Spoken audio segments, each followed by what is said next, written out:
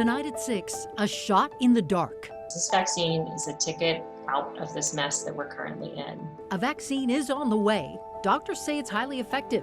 Would-be patients have high anxiety. I get questions around the safety because it came out so quickly. We'll go 360 on the hang-ups, hesitation, and science surrounding an innovation that could end the pandemic. Doctors are a much better source of information than Twitter or Facebook. Plus, preventing the next Cameron Peak. We should have been doing a lot more a long time ago. Pueblo asked the state health department for a pass. It needs to be done as quickly as possible. And lawmakers deliver for restaurants that say they've been taken advantage of. None of my employees see any tips at all.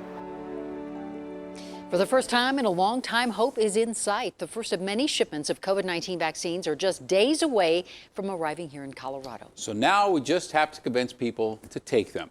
A recent study from the Pew Research Center found that only 51% of adults are willing to be vaccinated. So what's the holdup? Well, for starters, plenty of people think the process has been rushed.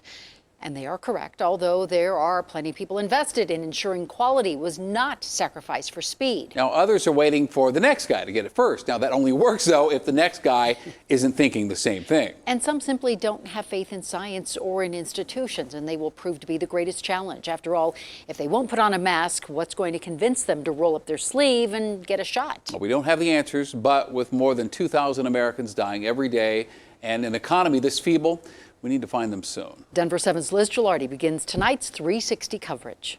It seems like every day there's a new headline about COVID-19 vaccines, but as we get closer to a release date, there is also more questions. I'm getting a lot of questions. Emily Cheshire is a family nurse practitioner and assistant professor. She's getting a lot of questions and says we won't have all the answers right away. When it comes to deciding if and when you get the vaccine, it's a conversation you need to have with your doctor. What's the safety data we have right now for the vaccine that I have available in my refrigerator to administer to you today? There's also other factors to consider. What's your risk of getting COVID-19? How do you move through the world? What's your vocation? What's your exposure risk? One of the main concerns she's hearing is about overall safety. I get questions around the safety because it came out so quickly. In a previous interview, we talked with Greg Dean, a CSU department head working on the vaccine. He says researchers are sharing more information than ever before, working toward a common goal. This is a time for us to build the communication, relationship, and trust between scientists and the public. In an attempt to convince people the vaccine is safe, former presidents Barack Obama, George W. Bush, and Bill Clinton promised to get the vaccine. It will be administered in a public setting to show not only the safety, but how important it is. After that announcement, viewers are weighing in too. Andrew writes, "I'll gladly get one to protect my friends, families, and neighbors." But Virginia says before getting the vaccine, people have to know the side effects. This vaccine is a ticket out of this mess that we're currently in.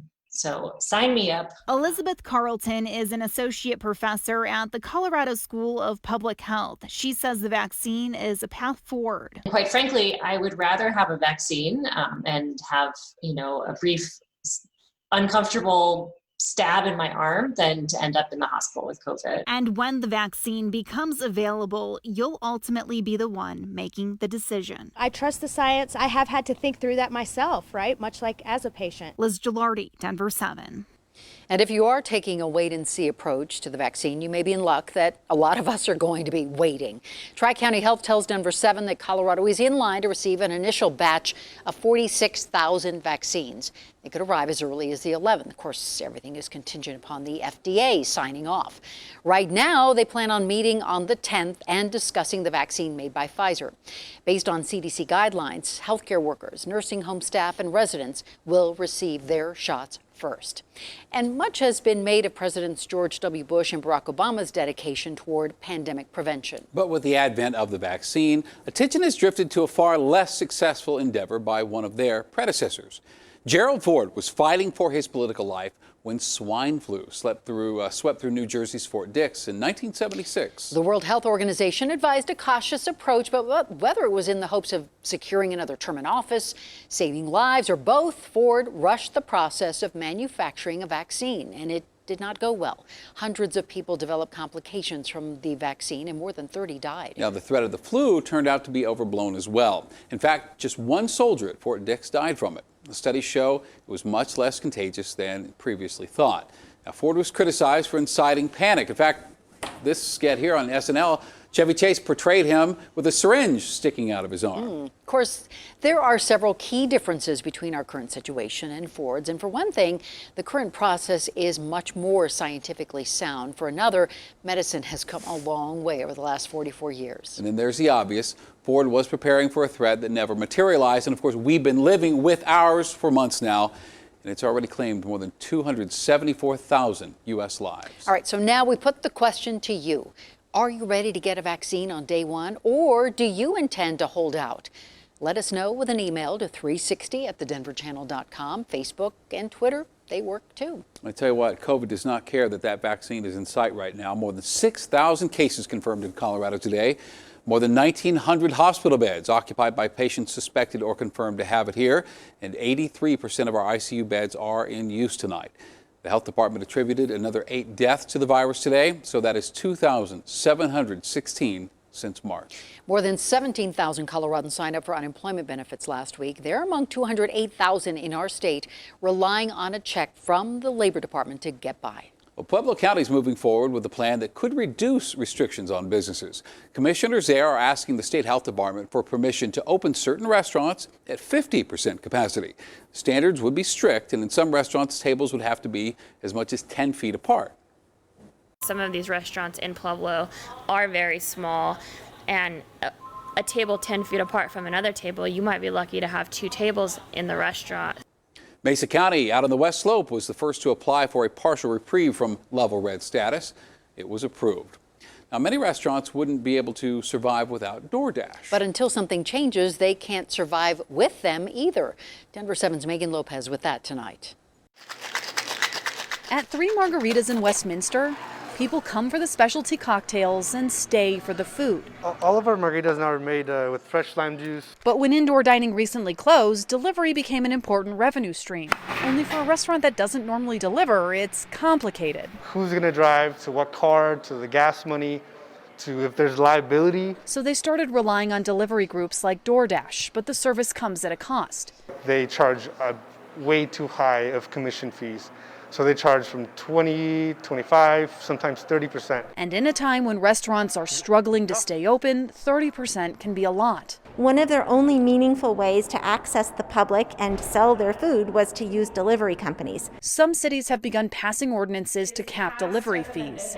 But many other areas in Colorado couldn't until the state legislature passed a bill to pave the way this special session. This was one easy way that we could lift up small businesses. The bill allows all local governments to cap delivery fees so long as there's a declared public health emergency and indoor dining is restricted to 50% or less. It also prevents companies from docking driver pay or withholding restaurant tips to make up the difference. Restaurants say it could be a lifeline. 15% versus 30 is a huge deal. We'll get more revenue with profit, and that'll help everything else. The bill is now on the governor's desk. Then it will be up to cities and counties to create their own rules. 3 Margaritas. So this is our website. Is taking it one step further. The order online feature will take you to our menu. Along with using DoorDash, they've started their own delivery. At this point, anything helps. I think we're all scrambling to do as much as possible. Doing whatever it takes to keep their doors open and their workers employed. Which means a lot of our employees